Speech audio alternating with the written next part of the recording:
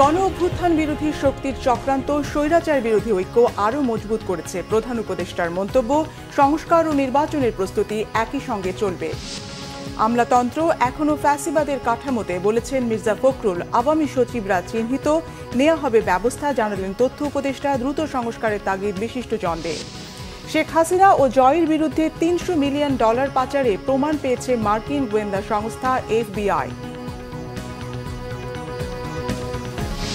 খালেদা জিয়ার নির্বাচনে অংশ নেওয়ায় আইনি বাধা নেই, জানালেন অ্যাটর্নি জেনারেল। সাবেক প্রধান বিচারপতি খায়রুল হককে আইনের আওতায় আনার তাগিদ।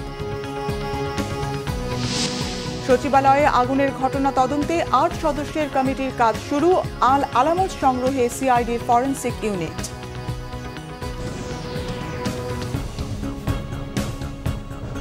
দেখছিলেন ক্রাউন সিমেন্ট সংবাদ শিরোনাম। এবারে বিস্তারিত। প্রধান উপদেষ্টা ডক্টর মোহাম্মদ ইউনূস বলেছেন, সংস্কারের জন্য ঐক্য প্রয়োজন। গণ অভ্যুত্থান বিরোধী শক্তির অব্যাহত চক্রান্ত স্বৈরাচার বিরোধী ঐক্য আরও মজবুত করেছে বলেও মনে করেন তিনি। রাজধানীর কৃষিবিদ ইনস্টিটিউটে ঐক্য, সংস্কার ও নির্বাচন নিয়ে মতবিনিময় সভায় ভার্চুয়ালি বক্তব্যে প্রধান উপদেষ্টা এসব কথা বলেন। সংস্কার ও নির্বাচনের প্রস্তুতি একই সঙ্গে চলবে বলেও জানান ডক্টর ইউনূস। রিপোর্ট করছেন সিকান্দার রেমান। আসসালামু আলাইকুম। জুলাই গণ অভ্যুত্থানে শহীদ হওয়া ছাত্র জনতা সহ ফ্যাসিবাদের বিরুদ্ধে দীর্ঘ লড়াইয়ে সব যোদ্ধাদের গভীর শ্রদ্ধা জানিয়ে ভাষণ শুরু করেন প্রধান উপদেষ্টা ডক্টর মোহাম্মদ ইউনূস। গণতান্ত্রিক ও নাগরিক সমতা ভিত্তিক একটি রাষ্ট্র ব্যবস্থা প্রতিষ্ঠার কথা বলেন তিনি। গণ অভ্যুত্থানের মাধ্যমে আমরা বাংলাদেশের রূপান্তর পর্বে প্রবেশ করার অধিকার অর্জন করেছি। এই রূপান্তর দ্রুত সফলভাবে কার্যকর করার জন্য আমাদেরকে সকল শক্তি নিয়োজিত করার জন্য প্রতিজ্ঞাবদ্ধ থাকতে হবে। পেছনে ফেরার কোনো সুযোগ আমাদের নেই।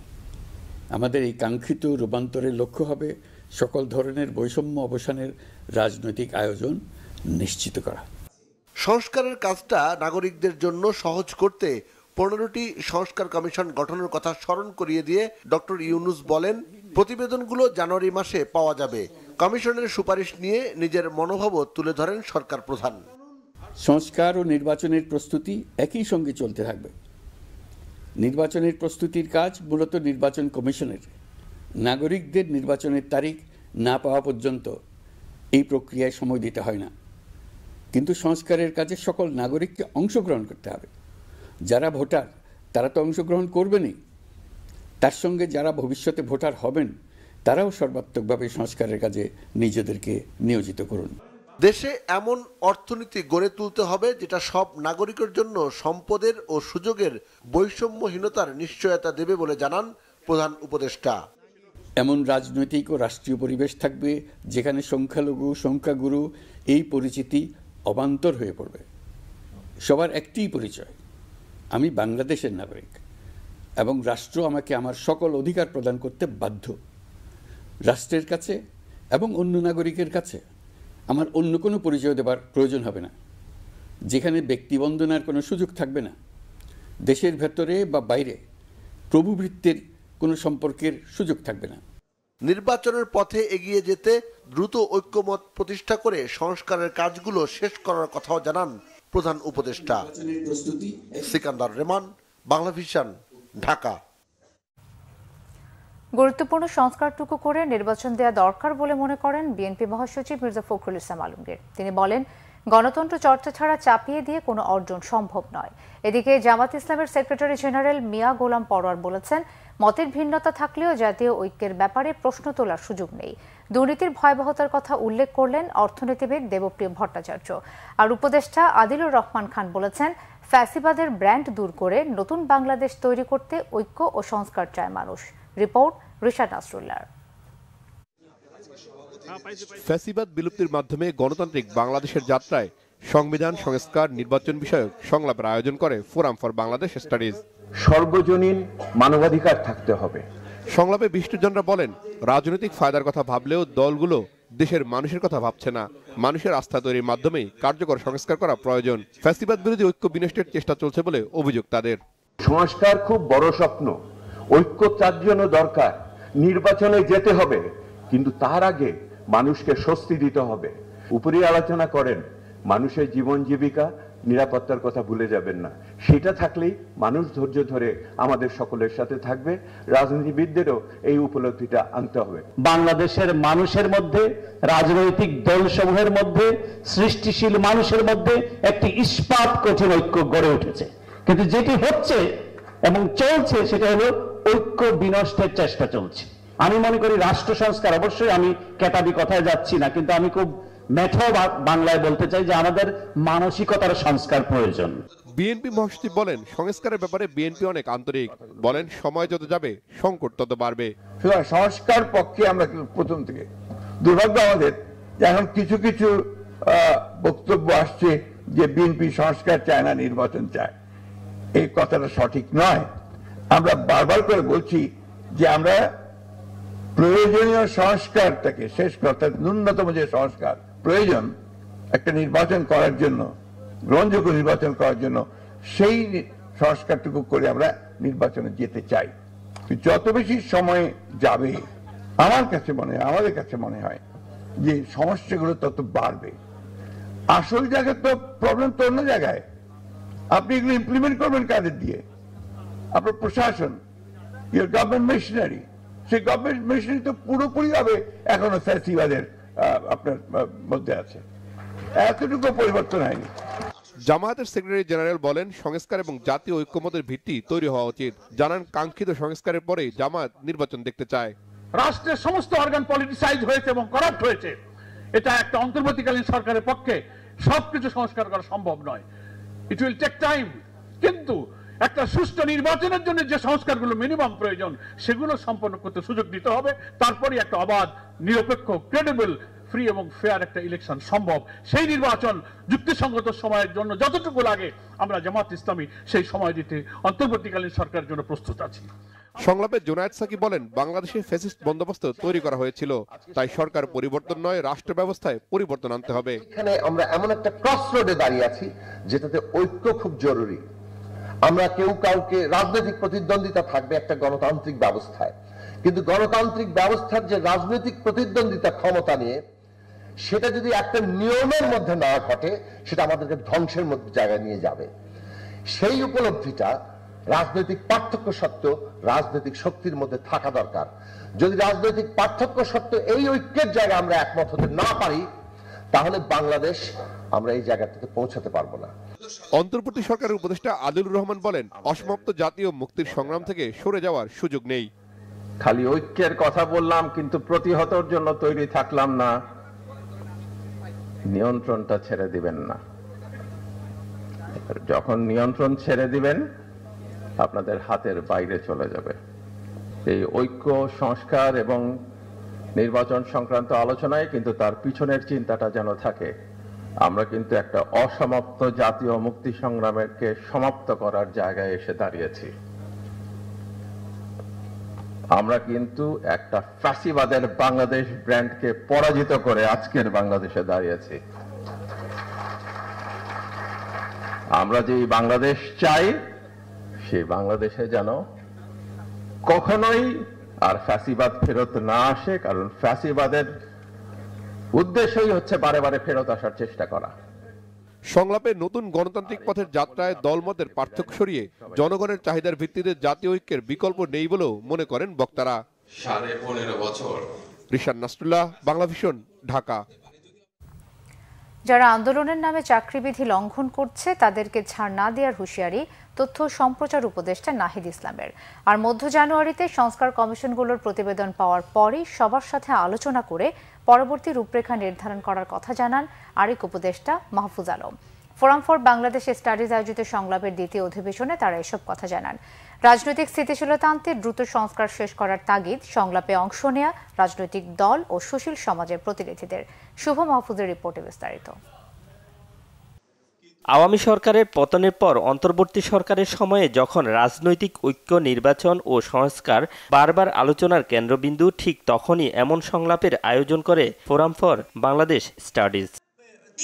প্রথম অধিবেশনের পর বিকেলে এর দ্বিতীয় অধিবেশনে উপস্থিত হন রাজনৈতিক ব্যক্তিত্ব, ছাত্র প্রতিনিধি, সুশীল সমাজের ব্যক্তিবর্গ, অর্থনীতিবিদ সহ বিশিষ্টজনরা। ঐক্য কোন পথে আর রক্তের ঋণ, ঐক্যের আকাঙ্ক্ষা এমন শিরোনামের পৃথক আলোচনায় বক্তাদের কথায় উঠে আসে অন্তর্বর্তী সরকারের সময়কালে নানা অনৈক্য ও সংস্কার কার্যক্রমের বিভিন্ন দিকগুলো। এ সময় বক্তারা বলেন, ঐক্য ও সংস্কারের পাশাপাশি জনগণের আকাঙ্ক্ষার বিষয়গুলোকে প্রাধান্য দিতে হবে। একই সাথে দেশের মাটিতে নতুন কোনো ফ্যাসিজমকে দাঁড়াতে না দেওয়ার পরামর্শও দেন সবাই। অর্থনৈতিক কষ্টের একটা বাস্তবতা, এই অনিশ্চয়তা কিন্তু আমাদের মাথার মধ্যে রাখতে হবে। যতই আমরা ঐক্য, সংস্কার, নির্বাচন নিয়ে আলোচনা করি, এই মুহূর্তে সাধারণ মানুষের এবং উদ্যোক্তা শ্রেণীরও অর্থনৈতিক কষ্টের ব্যাপারটা একটা অনিশ্চয়তার আবহ তৈরি করেছে। আমরা বলছি যে সংস্কারের যে যে জায়গায় প্রয়োজন রয়েছে সেই সংস্কারগুলো হোক এবং তারপরেই নির্বাচন হোক।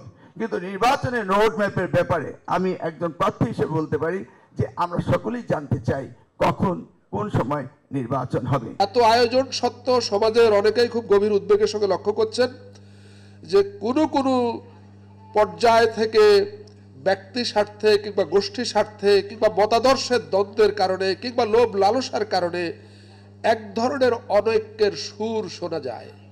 আমরা দেখতে পাই ঐক্যের ঘাটতি বিভিন্ন জায়গায়, বিভিন্ন জনের কথায়, বিভিন্ন জনের কাজে। এটা দেশের মানুষের বড় অংশকে নিঃসন্দেহে উদ্বিগ্ন করে। এ সময় অন্তর্বর্তী সরকারকে সংস্কারের জন্য সবার পরামর্শ কাজে লাগানোরও তাগিদ দেন অনেকে। আমরা যদি গণতান্ত্রিক উত্তরণ চাই, এর পরিবর্তন চাই, আমাদের মধ্যে পরিবর্তন আনতে হবে। আমাদের মন মানসিকতা, আমাদের দৃষ্টিভঙ্গি, আমাদের রাজনীতিবিদদের মন মানসিকতা, দৃষ্টিভঙ্গি, বিশ্বত রাজনৈতিক সংস্কৃতির যদি পরিবর্তন হয় তাহলেই এটার পরিবর্তন হবে। সংবিধানটা এমন করে সংস্কার করতে হবে, ওই যে আকবর আলী খান বলেছিলেন আমাদের যে সংবিধান আছে সেটা প্রধানমন্ত্রীকে রাশিয়ার জার কিংবা মোগল এম্পায়ারের মতো পাওয়ারফুল করেছে, ওটা থাকা চলবে না।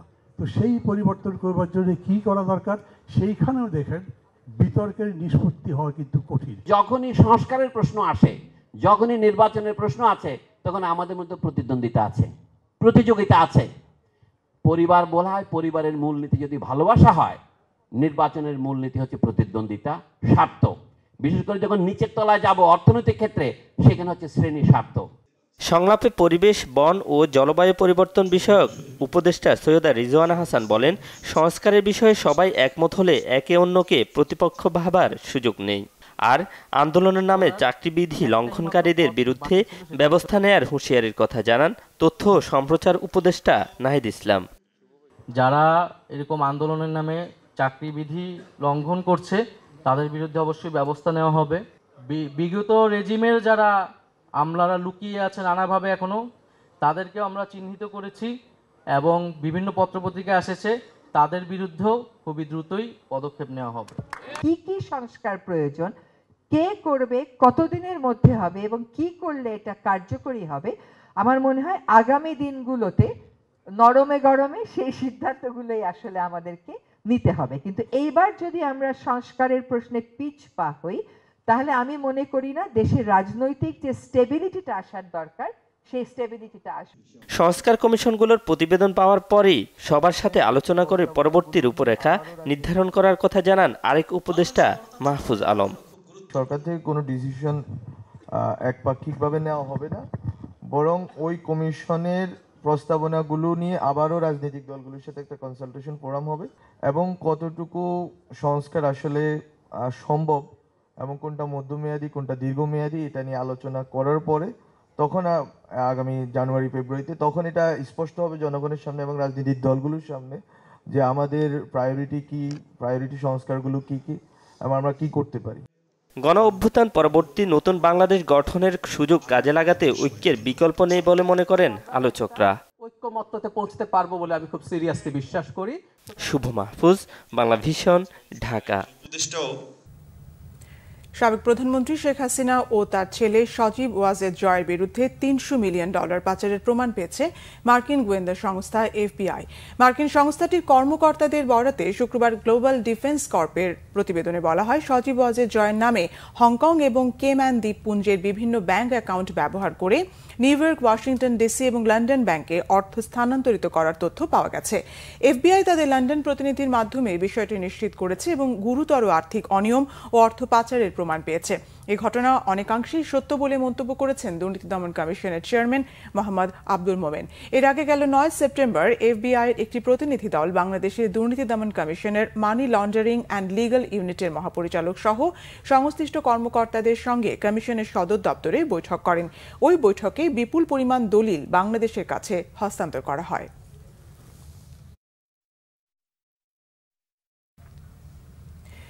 বিএনপি চেয়ারপারসন বেগম খালেদা জিয়ার নির্বাচনে অংশ নিতে আইনি বাধা নেই, তবে দণ্ডপ্রাপ্ত হলে শেখ হাসিনা সহ আওয়ামী লীগ নেতারা নির্বাচনে অংশ নিতে পারবেন না, জানিয়েছেন অ্যাটর্নি জেনারেল মোহাম্মদ আসাদুজ্জামান। বিচার বিভাগকে ধ্বংসের অভিযোগ তুলে বিচারপতি খায়রুল হককে আইনের আওতায় আনার কথাও বলেন তিনি। বলেন, কোনো ষড়যন্ত্রেই জুলাই আগস্টের বিপ্লব মুছে ফেলা যাবে না। বিস্তারিত SM ফয়েজের রিপোর্টে। ডিবেট ফর ডেমোক্রেসির আয়োজনে রাজধানীর FDC-তে অতীতের নির্বাচনী অপরাধীদের শাস্তি নিশ্চিতকরণ শীর্ষক ছায়া সংসদ অনুষ্ঠানে প্রধান অতিথি হিসেবে যোগ দেন অ্যাটর্নি জেনারেল মোহাম্মদ আসাদুজ্জামান। বিতর্কে অংশ নেয় স্টান ইউনিভার্সিটি ও বাংলাদেশ ইউনিভার্সিটির শিক্ষার্থীরা। অনুষ্ঠানে বক্তব্যে অ্যাটর্নি জেনারেল বলেন, কৃতকর্মের জন্য আওয়ামী লীগকে জাতির কাছে ক্ষমা চাইতে হবে। জুলাই হত্যাকাণ্ডে আওয়ামী লীগ সভাপতি সহ অন্যান্য নেতাদের শাস্তি হলে তারা নির্বাচনে অংশগ্রহণ করতে পারবে কিনা? আইন বলে পারবে না। বিএনপির চেয়ারপারসন ও সাবেক প্রধানমন্ত্রী বেগম খালেদা জিয়া আগামী জাতীয় নির্বাচনে অংশ নিতে কোনো আইনগত বাধা আছে কিনা? ওনার যে মামলাগুলো আছে সেই মামলাগুলো ইতিমধ্যে অনেকটা খালাস হয়েছে, অনেকে মুক্তি আছেন এবং সেখানে আইনগত কোনো বাধা আমি আপাতত দেখছি না। সাম্রাজ্যবাদ, আধিপত্যবাদ, দখলদারিত্ব কেউই বাংলাদেশের সাধারণ মানুষের এই বিপ্লবকে নস্যাৎ করতে পারবে না, ধ্বংস করতে পারবে না।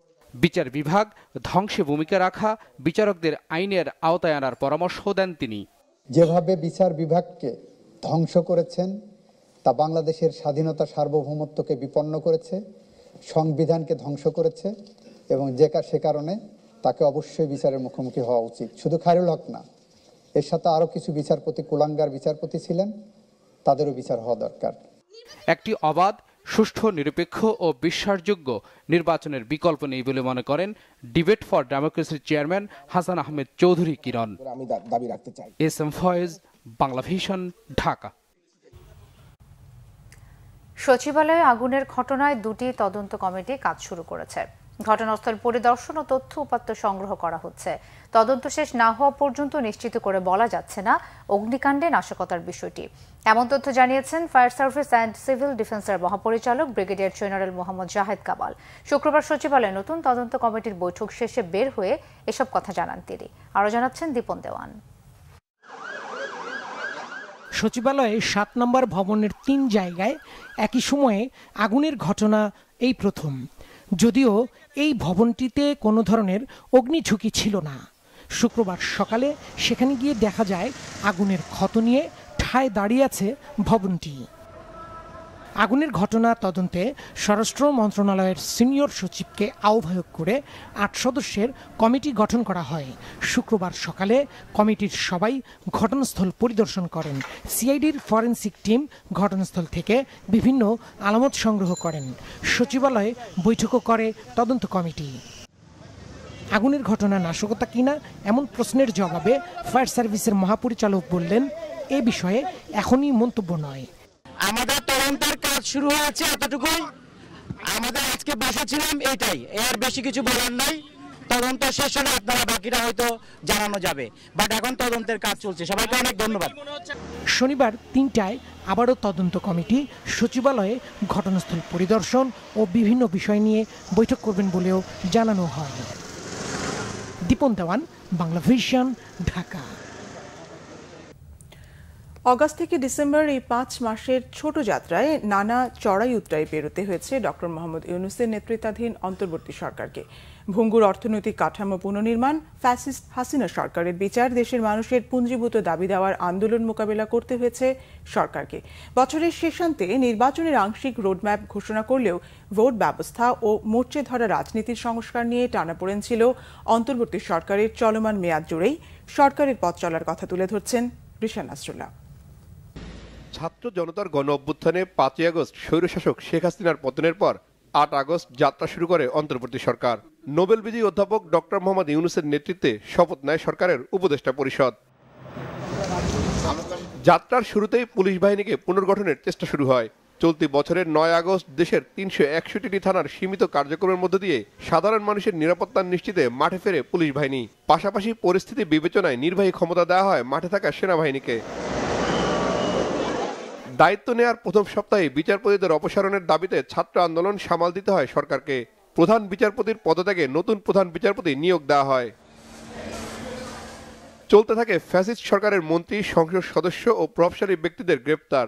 জুলাই আগস্ট হত্যা ও ফ্যাসিবাদী কার্যক্রমের বিচারে আন্তর্জাতিক অপরাধ আদালতকে সংস্কার করে প্রস্তুত করা হয়। এইচএসসি পরীক্ষার ফলাফল নিয়ে ছাত্র আন্দোলন এবং আনসারদের চাকরি সরকারি করার আন্দোলন বেশ বড় একটি ধাক্কা দেয় সরকারকে।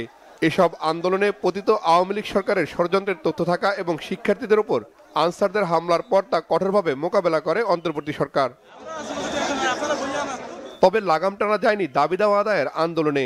চিকিৎসকদের রাজপথে নামা, বিভিন্ন প্রতিষ্ঠান প্রধানদের পদত্যাগের দাবিতে রাজপথে সরব ছিল বেশ কিছু সংগঠন। চাকরির বয়সসীমা বৃদ্ধি, 7 কলেজের শিক্ষার্থীদের রাজপথে অবস্থান এবং সচিবালয় কেন্দ্রিক আমলাদের আন্দোলন বেশ চাপে ফেলে অন্তর্বর্তী সরকারকে।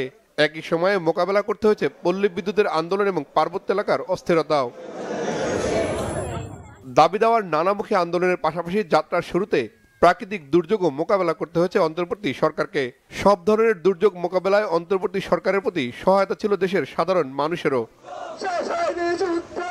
নানা কর্মসূচি নিয়ে রাজপথে সব সময়ের জন্য সরব ছিল জুলাই আগস্ট অভ্যুত্থানের সাথে জড়িত শিক্ষার্থীরাও। প্রায় 4 মাস শিক্ষা কার্যক্রম থেকে দূরে থাকা শিক্ষার্থীদের ক্যাম্পাসে ফেরাতে সেপ্টেম্বরের মধ্যভাগে শিক্ষা প্রতিষ্ঠান চালুর সিদ্ধান্ত নেয় সরকার। সে সময় ঢাকা বিশ্ববিদ্যালয়ের হলে এক যুবককে পিটিয়ে হত্যার ঘটনা বেশ আলোড়ন তৈরি করে।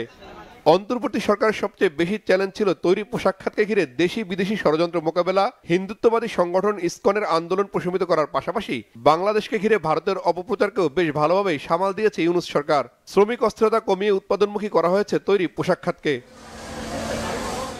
গত 5 মাসে কিছু সংস্কার কাজও করেছে অন্তর্বর্তী সরকার। নতুন বাংলাদেশ গঠনের স্লোগানে বেশ কয়েকটি সংস্কার কমিশন গঠন করা হয়। বিচার বিভাগ পুনর্গঠন, নতুন নির্বাচন কমিশনের পাশাপাশি বছরের শেষান্তে দুর্নীতি দমন কমিশনকেও কার্যকর করে সরকার।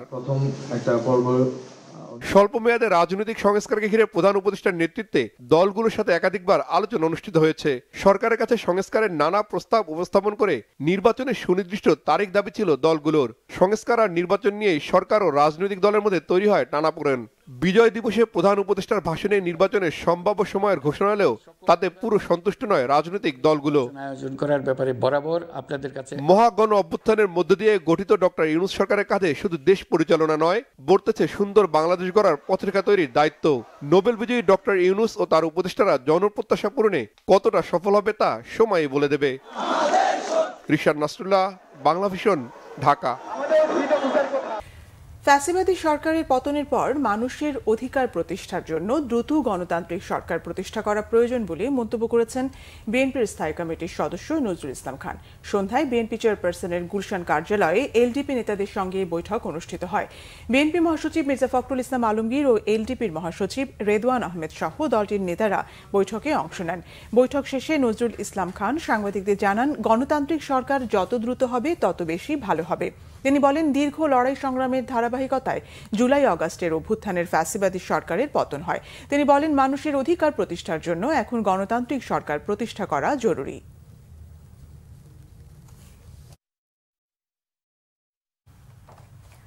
লিবারেল ডেমোক্রেটিক পার্টির সভাপতি অবসরপ্রাপ্ত কর্নেল ডক্টর অলি আহমেদ বলেছেন, শেখ হাসিনা পালিয়ে যাবার সময় কাপড় নিয়ে যেতে পারেনি, বাক্স ভরে টাকা নিয়ে পালিয়েছেন। চট্টগ্রামের চন্দনাইশে পৌরসভা এলডিপির দ্বিবার্ষিক সম্মেলনে প্রধান অতিথির বক্তব্যে তিনি এসব কথা বলেন। অলি আহমেদ বলেন, শেখ হাসিনা ভারতে অবস্থান করে দেশে অশান্তি সৃষ্টির পায়তারা করছে, বিভিন্ন জায়গায় গুপ্ত হত্যার পরিকল্পনা করছে। এছাড়াও সম্মেলনে বক্তব্য রাখেন চট্টগ্রাম দক্ষিণ জেলা এলডিপির সভাপতি এম ইয়াকুব আলী, মোহাম্মদ মোতাহের মিয়া সহ অন্যান্য নেতাকর্মীরা।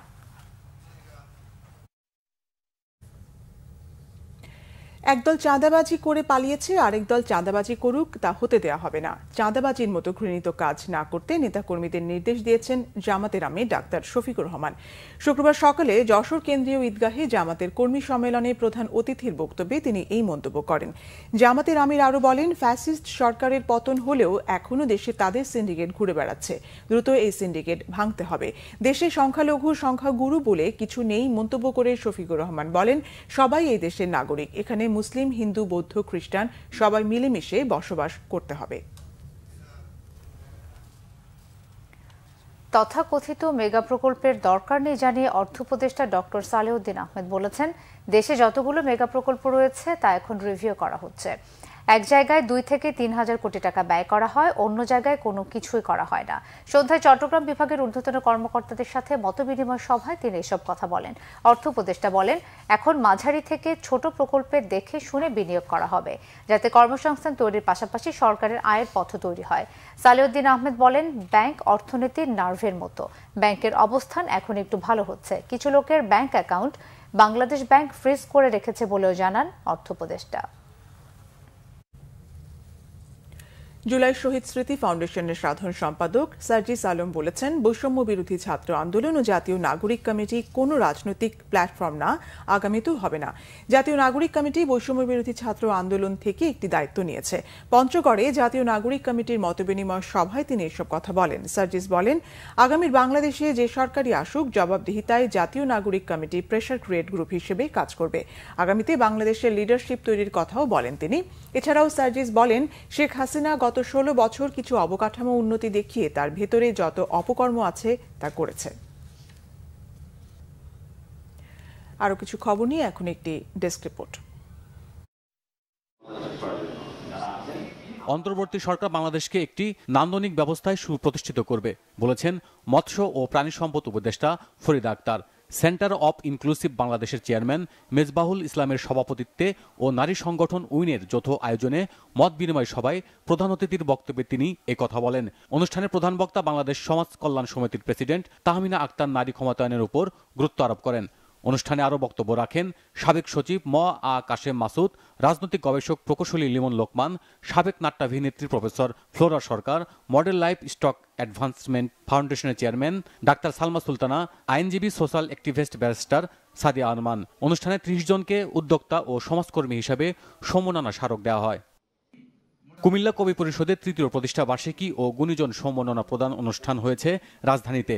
বিকেলে সেগুন বাগিচায় কচি কাঁচা মেলায় সংগঠনের সভাপতি কবি আর মুজিবের সঞ্চালনায় প্রধান অতিথি হিসেবে বক্তব্য রাখেন বিশিষ্ট কবি, সাহিত্যিক ও নজরুল গবেষক, বিএনপি চেয়ারপারসনের উপদেষ্টা কবি আব্দুল হাই শিকদার। প্রধান আলোচক হিসেবে বক্তব্য রাখেন বিশিষ্ট কবি ও সাহিত্যিক জাকির আবু জাফর সহ অন্যরা। অনুষ্ঠানে বিভিন্ন ক্যাটাগরিতে সম্মাননা প্রদান করে সংগঠনটি।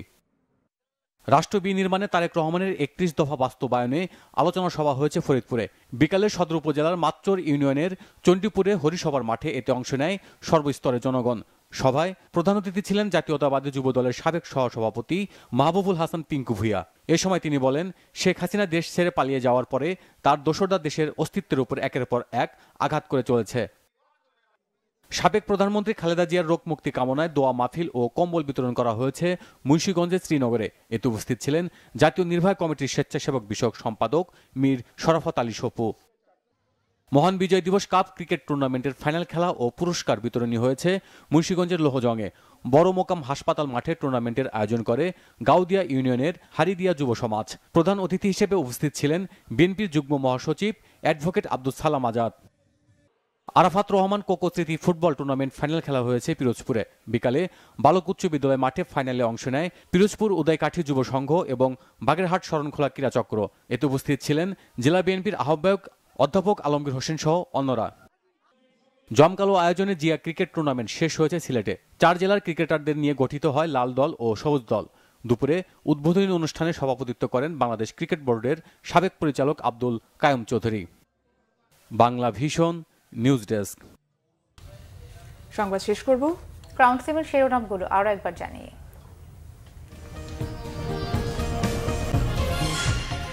গণঅভ্যুত্থান বিরোধী শক্তির চক্রান্ত স্বৈরাচার বিরোধী ঐক্য আরো মজবুত করেছে প্রধান উপদেষ্টার মন্তব্য। সংস্কার ও নির্বাচনের প্রস্তুতি একই সঙ্গে চলবে। আমলাতন্ত্র এখনো ফ্যাসিবাদের কাঠামোতে, বলেছেন মির্জা ফখরুল। আওয়ামী সচিবরা চিহ্নিত, নেওয়া হবে ব্যবস্থা, জানালেন তথ্য উপদেষ্টা। দ্রুত সংস্কারের তাগিদ বিশিষ্টজনদের। শেখ হাসিনা ও জয়ের বিরুদ্ধে $300 মিলিয়ন পাচারের প্রমাণ পেয়েছে মার্কিন গোয়েন্দা সংস্থা FBI।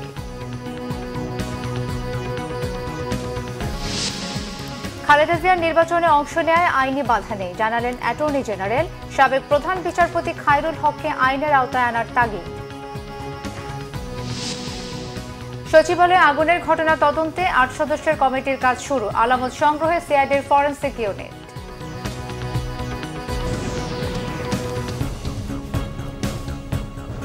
এই ছিল এখনকার মতো। পরের সংবাদ রাত 1টায় দেখার আমন্ত্রণ রইল। এছাড়া বাংলাভিশন সংবাদ ও সংবাদ সংশ্লিষ্ট অনুষ্ঠান দেখতে ভিজিট করুন www.bvnews24.com ও facebook.com/banglavisionnews এবং সাবস্ক্রাইব করুন youtube.com/banglavisionnews। ধন্যবাদ। শুভরাত্রি।